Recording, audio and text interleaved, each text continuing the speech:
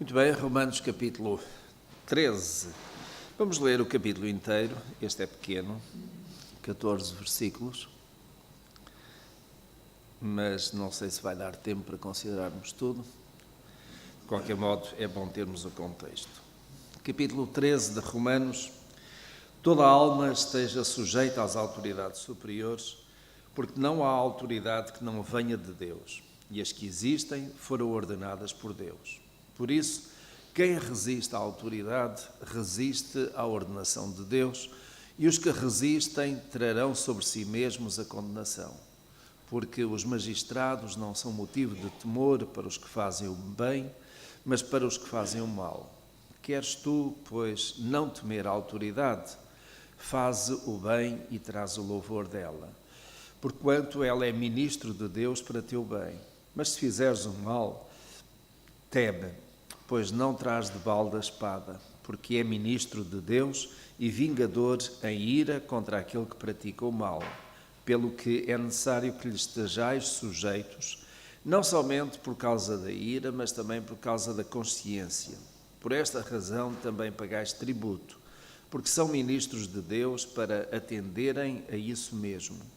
Dai a cada um o que lhe é devido, a quem tributo, tributo, a quem imposto, imposto, a quem temor, temor, a quem honra, honra. A ninguém devais coisa alguma, senão o amor recíproco, pois quem ama ao próximo tem cumprido a lei. Com efeito, não adulterarás, não matarás, não furtarás, não cobiçarás. E se há algum outro mandamento, tudo nesta palavra se resume: amarás ao teu próximo como a ti mesmo. O amor não faz mal ao próximo, de modo que o amor é o cumprimento da lei. E isso fazei, conhecendo o tempo, que já é a hora de despertares do sono, porque a nossa salvação está agora mais perto de nós do que quando nos tornámos crentes.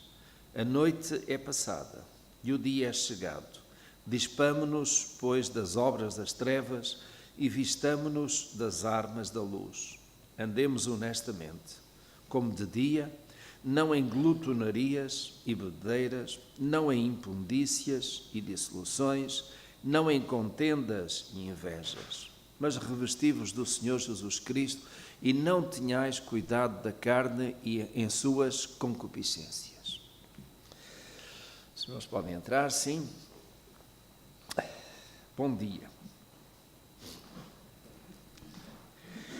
E temos aqui um capítulo que aborda dois aspectos. O primeiro, das autoridades. E o que é que nós fazemos com as autoridades? Temos que as respeitar, não é?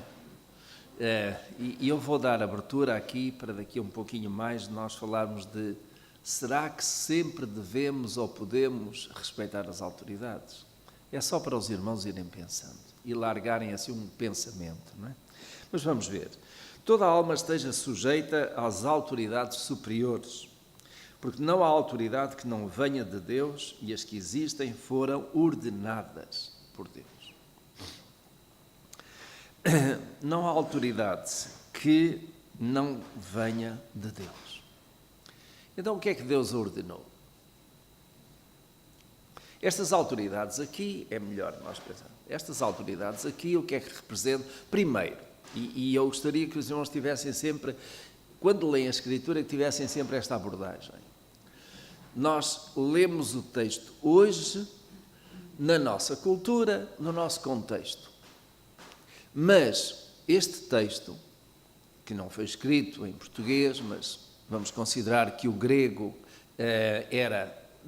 tinha exatamente o mesmo sentido, foi escrito, neste caso há 2000 anos, num contexto que era do Império Romano. Escrito para quem? Para crentes que viviam em Roma, exatamente no centro, na capital do Império Romano, onde, quando havia alguma perseguição, era por ali que começava, não é? Nós sabemos. Então, é bom termos essa ideia de que é um texto escrito para crentes em Roma, em pleno século I, Império Romano a dominar forte. Então, toda a alma esteja sujeita às autoridades.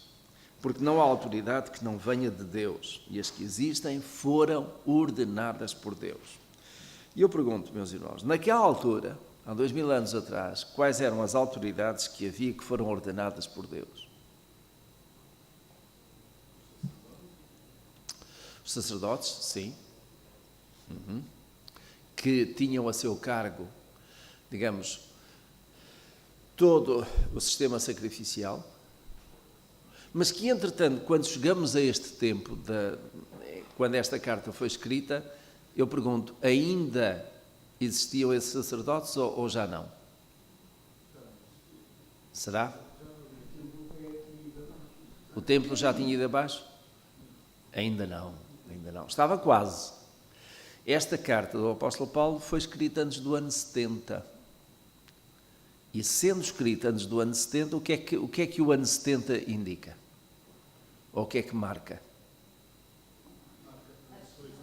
A destruição do templo em Jerusalém. E a partir daí deixou de haver sistema de sacrifícios em Jerusalém. Os sacrifícios só se faziam no templo. Portanto, havia sacerdotes, ainda nesta altura, que eram uma autoridade.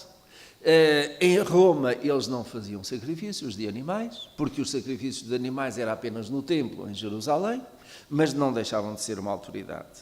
Agora, em Roma havia sacerdotes a ministrar. Uma coisa é, e o irmão Romualdo disse, está certo, mas temos que enquadrar isso bem.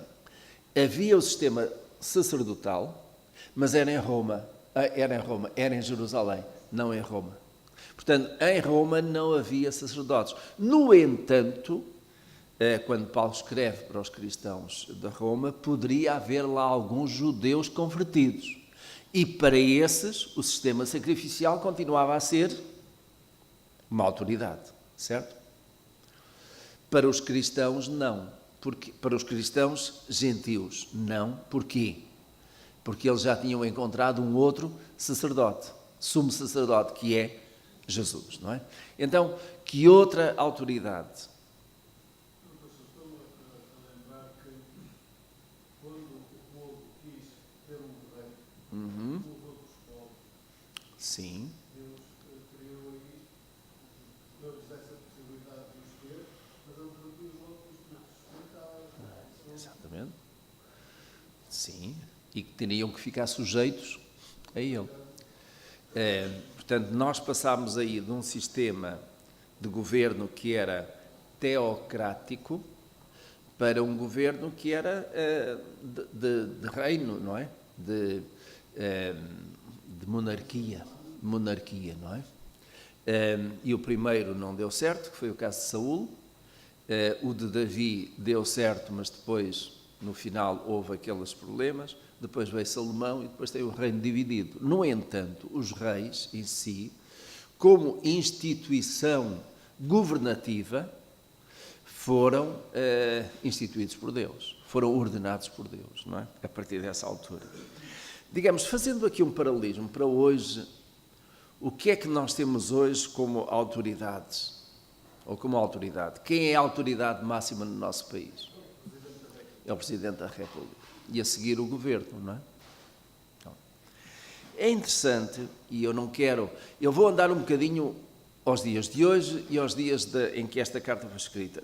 No verso 3, indica quem são as autoridades que ali estavam. Eram os magistrados. E aqui nós temos um outro poder, que também tem paralelo nos dias de hoje.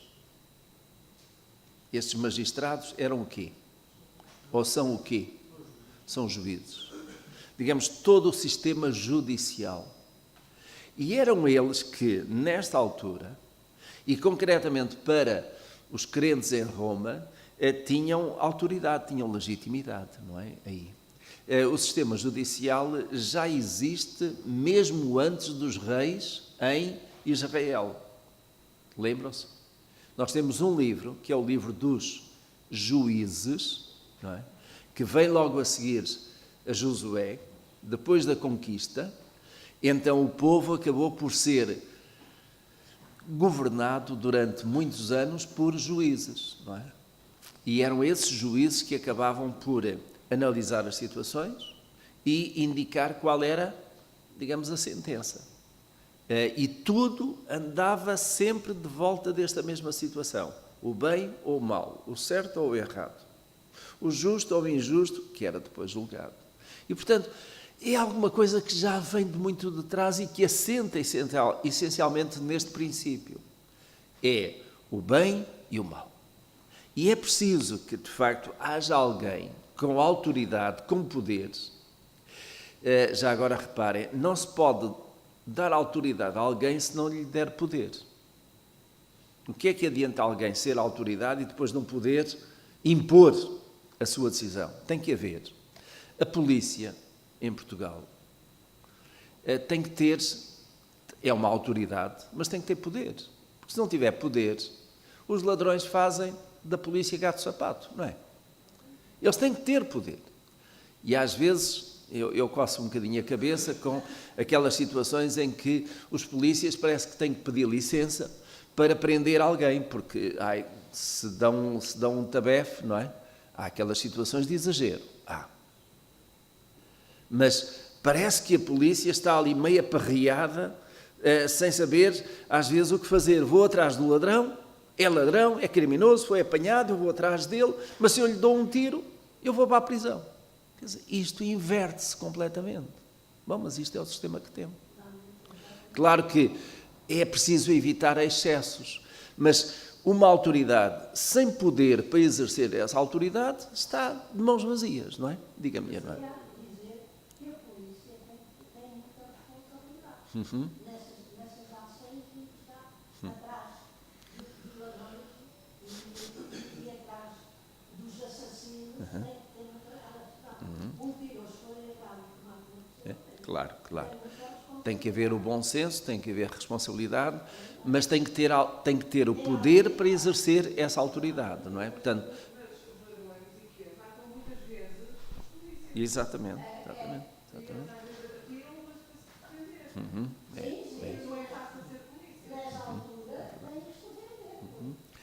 Agora, é deste tipo de autoridades que nós estamos a falar aqui. Ou seja, quando nós estamos lá fora, nós devemos respeitar as autoridades. Quando eu digo estamos lá fora, quer dizer, estamos fora da nossa casa, não é? Porque dentro da nossa casa nós somos a autoridade. Mas saímos e há outras autoridades. A polícia é a autoridade. Os juízes são a autoridade. Os magistrados, que são aqueles que, no fim de contas, perante uma queixa que alguém faz, vão procurar investigar para ver se tem fundamento para ir ao juízo ou não, é uma autoridade. Não é? Também o governo que nós temos é uma autoridade. E, portanto, nós devemos respeitar. Agora, meus irmãos, vejam isto. O verso 2 diz: por isso, quem resiste à autoridade, resiste à ordenação de Deus. E os que resistem trarão sobre si mesmos a condenação. Então, eu não posso resistir à autoridade quando, por exemplo, a autoridade extravasa a sua competência e, em vez de exercer o que é reto, o que é justo, exorbita isso, aproveita-se da farda, aproveita-se do crachá, aproveita-se da sua posição e, digamos, dá lugar à corrupção. Eu tenho que me sujeitar a essa autoridade. Se não vão pensando aí. Outra situação também. Vamos recuar no tempo, na nossa história, 500 anos. E vamos para 1580, quando, digamos, naquelas alianças entre reis de Portugal e Espanha, às tantas, a coroa portuguesa passou a ser dominada por um rei de Espanha. Nós temos agora um Filipe, nós não, eles têm um Filipe em Espanha, que é o Filipe VI. Isto passou pela história. Mas na altura era o Filipe II de Espanha, que foi rei de Portugal, e foi o Filipe I.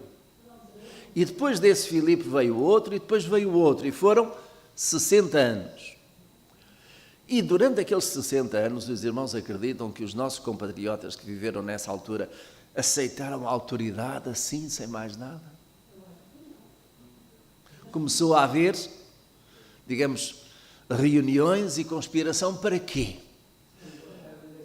Para resistir àquela autoridade e pôr aquela autoridade fora. E isso aconteceu quando? 1640. Até temos um feriado no nosso calendário que diz isso, 1º de dezembro.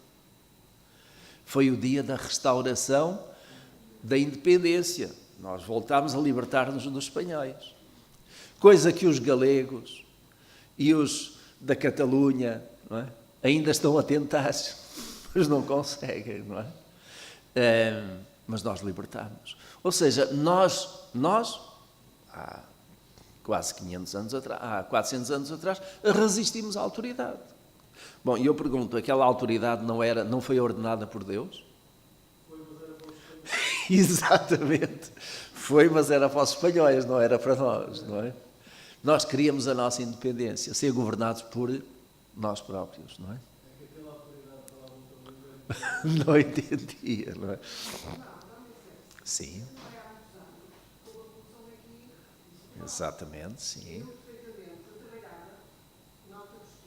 Aham. Eu não conhecia a autoria, eu acredito nos casos. Eu era ali à beira da universidade, ali nos Leões, na área da faculdade, e comecei a ver que a faculdade comecei à rua, e via os carros, via os jovens em cima dos carros, a dizer asneiras, e não sei o que mais, e foi, mas o meu marido é que me saiu com a revolução, quando ele me veio buscar. E então, as pessoas, mesmo as pessoas que tinham os seus bens, as suas coisas, até não podiam andar com o carro, porque as pessoas atiravam com pedras, os polícias tinham medo de andar nas ruas, e andava tudo à falda. É verdade. Andava tudo à falda. Foi por todo o país, não é? E claro, tanto é que acabou a alta costura, só depois mais tarde, agora já há. Mas depois acabou porque, claro, eles até tinham medo de vir provar, de andar na rua, porque batiam tudo, assaltavam os carros, foi horrível. Foi um tempo, aliás, foi um ano revolucionário, tremendo. E também aí, nessa altura, alguns resistiram à autoridade que havia. Como está a ser na Turquia, está a ser pior, é um facto. Mas isto acontece pelos países fora. Digamos, se nós olharmos para a história das nações, vemos que chega a um ponto em que quem está como autoridade extravasa e leva o povo, digamos, à fome, à miséria ou a conflitos internos, de tal modo que a luta de poder gera movimentos que leva a derrubar o governo. Aquilo que nós vemos, e talvez, digamos, quem tem responsabilidades a nível mundial perceba isto, é que há certos países, isto é a minha opinião, há certos países que não conseguem funcionar em democracia. Tem que ser uma autoridade que seja mais forte.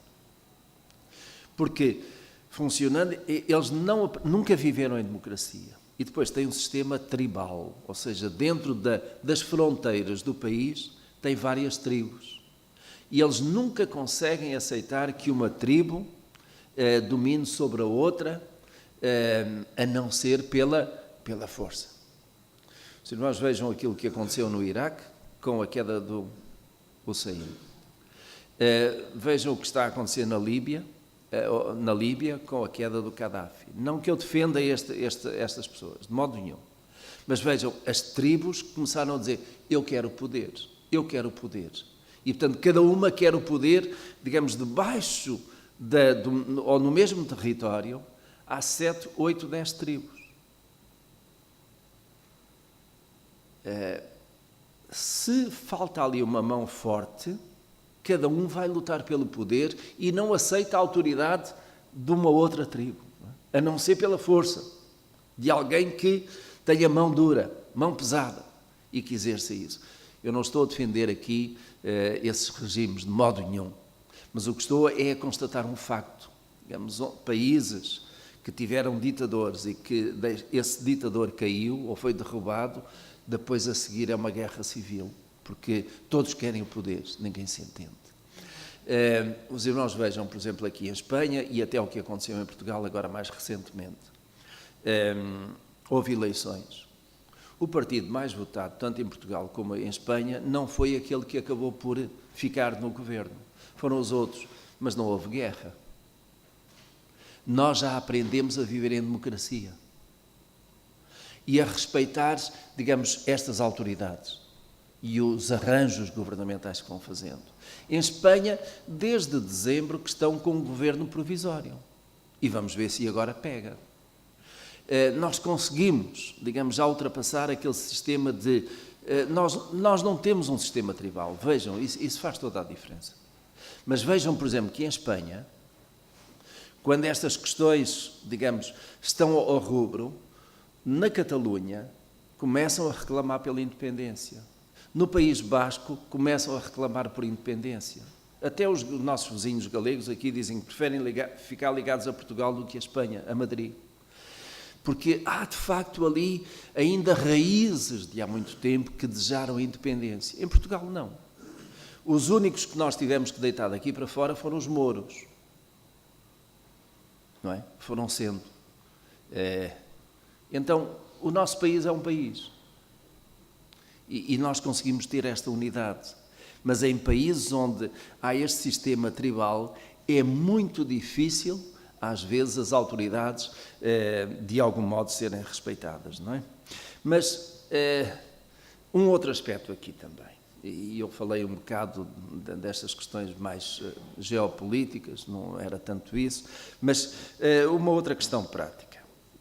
Se nós tivermos, como cidadãos, alguma questão com um polícia, com uma entidade qualquer, vamos para o tribunal e o tribunal toma uma decisão que é contrária a nós.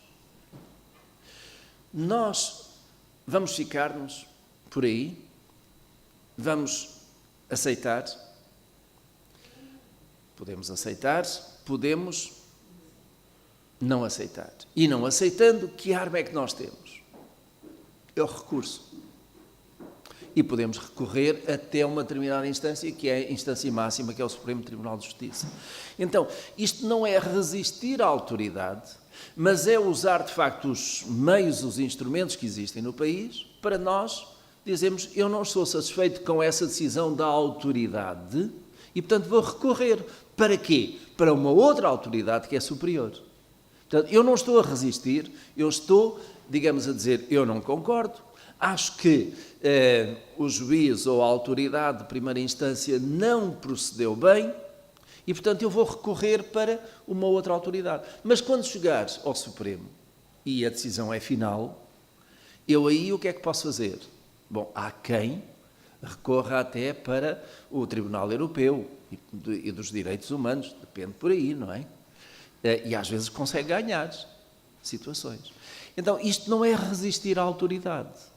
Isto é dizer, eu não concordo, mas eu não vou pegar em armas para matar aquela autoridade, mas vou recorrer às armas legais para buscar uma outra decisão. Não é? E temos esse direito. Portanto, vejam aqui que as autoridades continuam a estar lá, em patamares diferentes, e eu posso usar, digamos, esses patamares. E isso não é resistir à autoridade, mas é, de facto, conformar-nos no contexto que existe no país, não é? O verso 9, porque os magistrados, o verso 3, desculpem, os magistrados não são motivo de temor para os que fazem o bem, mas para os que fazem o mal. Queres tu, pois, não temer a autoridade? Faz o bem e traz o louvor dela. E este deve ser o nosso princípio, fazer o bem, mas às vezes fazendo o bem, alguém nos leva perante a autoridade. Alguém faz uma queixa de nós, mesmo tendo nós feito o bem, e depois nós temos que provar que fizemos. E, enfim, é todo esse sistema, não é? Verso 4. Verso 4 tem uma expressão muito interessante acerca das autoridades. Ministro de Deus. Os irmãos têm assim na vossa tradução? Ministro de Deus. Então, ministro é o quê? é alguém que administra. Neste caso, esta autoridade administra o quê? Administra a justiça. Não é?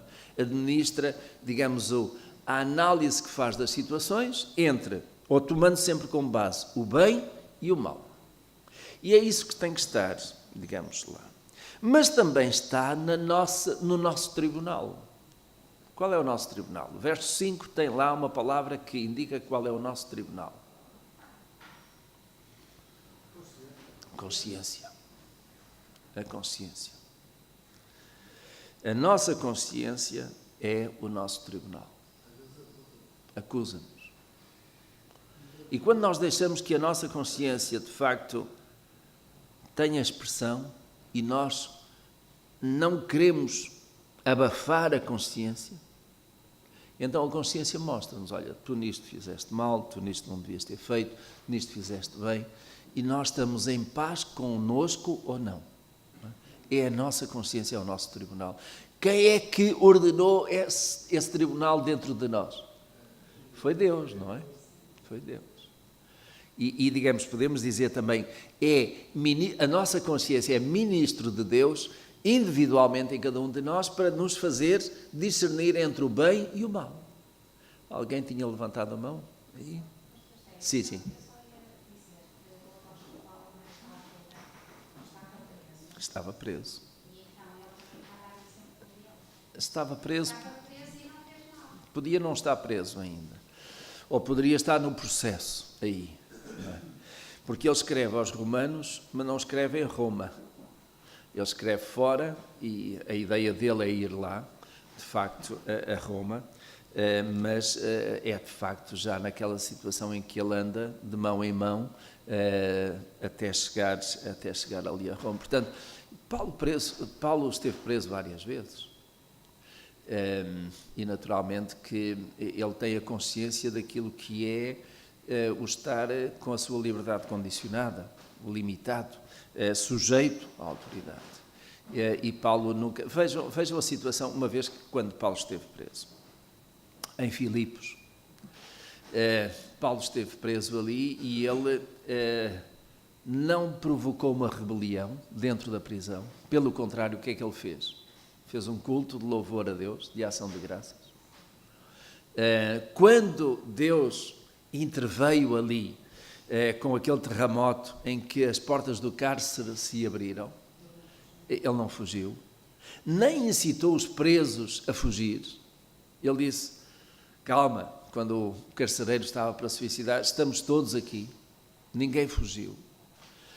Portanto, ele não foi contra a autoridade, não é? Mas, de certo modo, não deixou de dar testemunho, mesmo naquelas circunstâncias, não é? Como? Não, foi Paulo. Em Filipos foi Paulo e Silas, sim. Pedro também esteve preso, mas em Filipos, Atos capítulo 16, foi Paulo e Silas, não é? Que ficaram presos.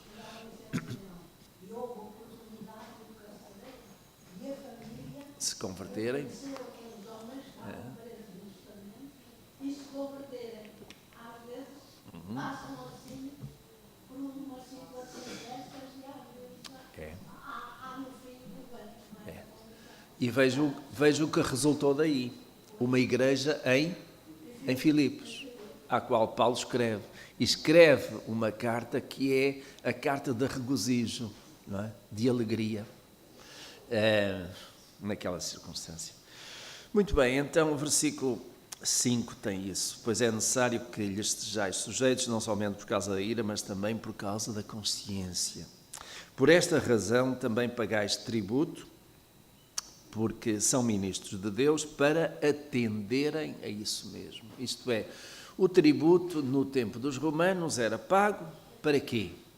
Para que as instituições funcionassem, para que o governo pudesse governar. Então havia um tributo que era pago e por aquilo que está aqui, Paulo como que dá a indicação de que, aliás, vejam no verso 7. No verso 7 fala aí de 4 coisas que são devidas. Quais são? É o tributo, o imposto, a honra, ou o temor e a honra. ou respeito. Então, o tributo aqui, segundo o versículo 6, dá a ideia de que era aquilo que se pagava para o sistema judicial, para, digamos, todo este conjunto de autoridades poderem ter. O imposto, o que era? Era a taxa de justiça. Seria isso, não é? Só que essa era constante, não é? Com processo ou sem processo. Eu tenho aqui uma notazinha daquilo que eram os impostos romanos naquele tempo. Pelo uso da terra, que dava produção agrícola, pagavam 10%. Aliás, alguns irmãos aqui são do tempo em que em Portugal se pagava a décima. E isto a nível dos agricultores, nas aldeias, pagavam a décima. E a décima era a 10ª parte. Então, não sei, acho que era a 10ª, que era 10%. Era 10% do imposto. Mas podia ser também relacionado com o mês de outubro, porque era o fim das colheitas. E aquilo era sobre o valor das colheitas. Porque eles tinham que registar quantos almudes tinham tido de vinho, de cereais, daqui, da acolá, portanto, todas essas. E aquilo dava um determinado valor e eles pagavam a décima.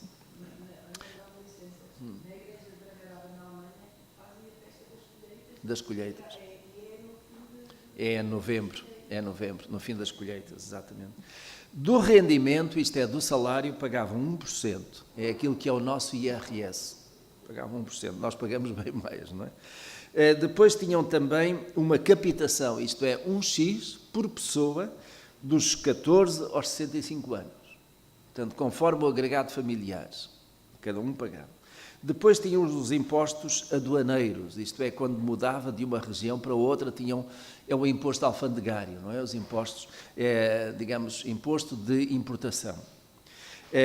Tinham também circulação nas estradas e pontes. E não vamos mais longe, aqui no Porto, era a portagem, não é? O nome portagem vem de onde? É das portas. Passando ou entrando à porta da cidade, pagava, aí é uma portagem. Não é? E nas pontes também se pagavam. E aqui na região do Porto, para entrar na cidade do Porto, pagava. Para atravessar uma ponte, que eram não as pontes que existem hoje, mas eram pontes de barcas, não é? Lá na zona da Ribeira, por ali assim, um pouquinho mais abaixo, então pagavam também. De Matosinhos para Lessa havia também uma ponte, aliás havia uma ponte romana, não é? Já é a Ponte da Pedra, não é? Então, e isto tinha um custo, não é? Eram os impostos. E por isso mesmo a Escritura diz, a quem tributo, tributo, a quem imposto, imposto. Portanto, nós hoje reclamamos de impostos, mas o que nós vemos é que é uma coisa que já vem de há muitos anos. Eu já dou irmão Américo, porque acho que alguém daqui, irmã, sim.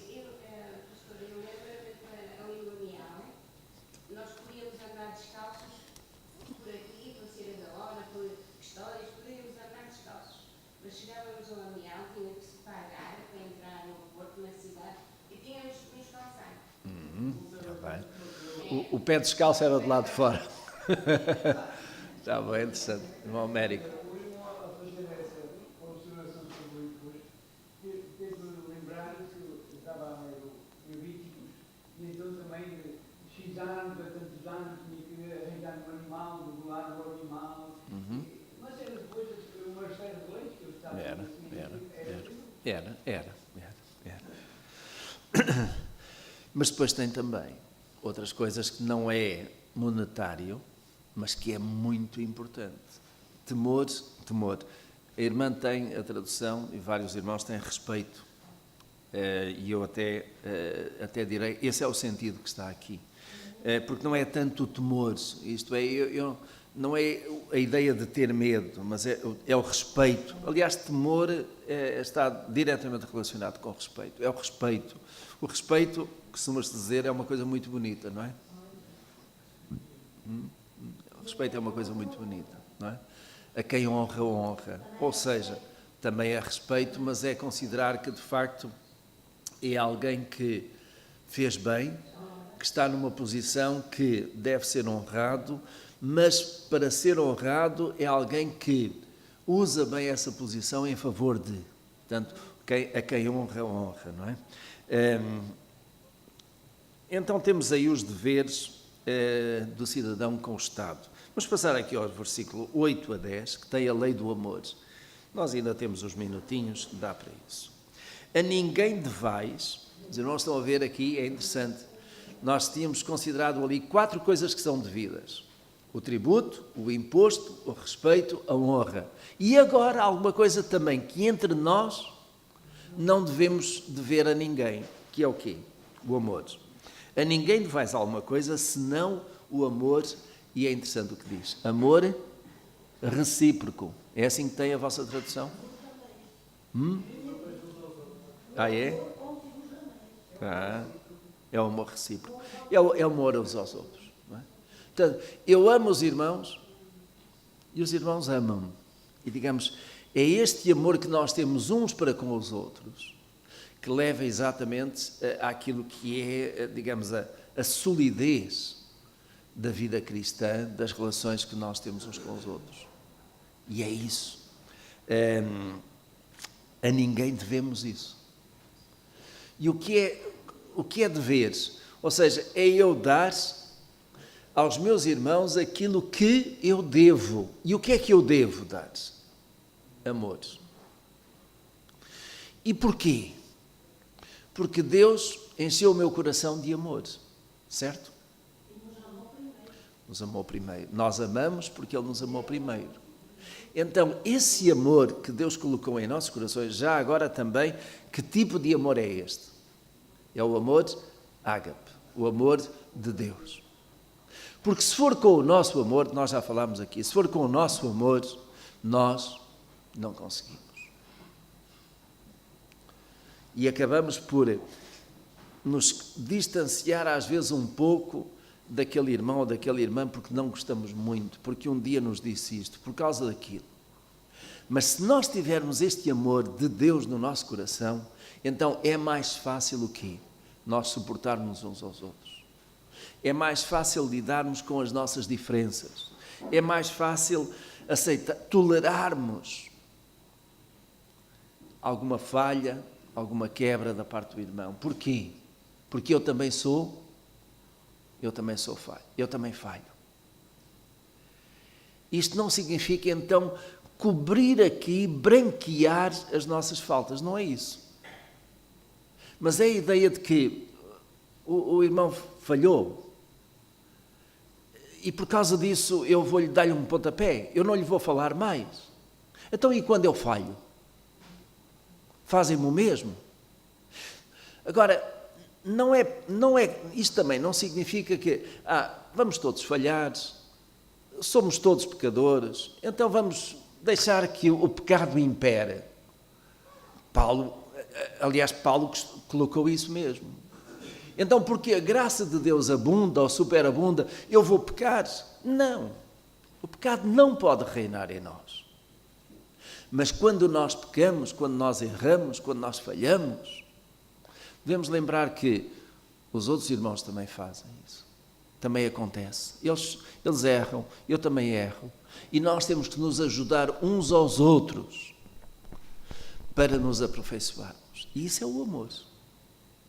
O amor é capaz de amar, passa a expressão ou a redundância, amar mesmo quando alguém falhou e nos decepcionou, nos deixou tristes. Mas amor é isso mesmo. Deixa-me colocar as coisas noutros termos. Um pai ou uma mãe não ama os seus filhos mesmo quando eles erram. Deixam de ser filhos. E o que é que o pai ou a mãe faz quando os seus filhos erram? Ajuda-os, corrige-os e ajuda-os para que não voltem a acontecer. Porquê? Porque o erro traz consequências, não é, meus irmãos? Mas nós amamos. Então, e este é um amor que é apenas humano. O amor que Deus coloca em nós é um amor especial, é superior a esse amor de pai e filho, ou de mãe e filho. É um amor divino que é derramado em nossos corações e esse amor é suficiente para nós nos aceitarmos uns aos outros e trabalharmos uns com os outros. O meu tempo esgotou praticamente, mas eu só quero adiantar aqui um pouquinho mais, não é? Vejam o final do verso 8. Pois quem ama ao próximo tem cumprido a lei.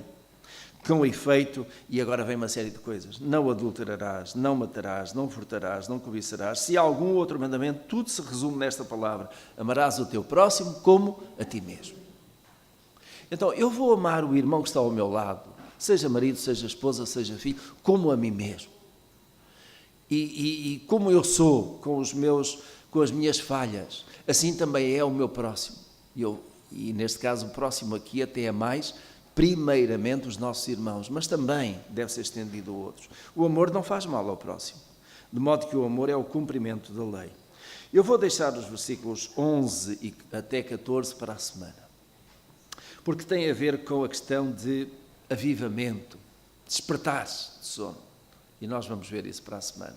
Isto não quer dizer que até à próxima semana os irmãos vão dormir. Mas próxima semana então vamos ver este despertamento aqui. Sim, irmã Cândida. Era só para fazer a sua poder falar sobre não deveis coisa alguma a ninguém. É referir ao amor ou também dever sobre... É não dever nada. Eu não devo nada, mas também não posso dever o amor. Isto é, eu não vou deixar de... O amor é que nós temos que obedecer. Temos que mudar.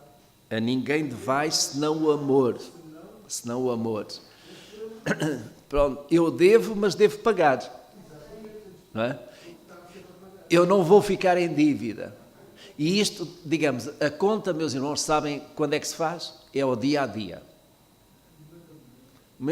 É naquele momento, nos relacionamentos que nós temos. É nessa altura que eu vou pagar, usando este contexto, pagar o amor ao meu irmão.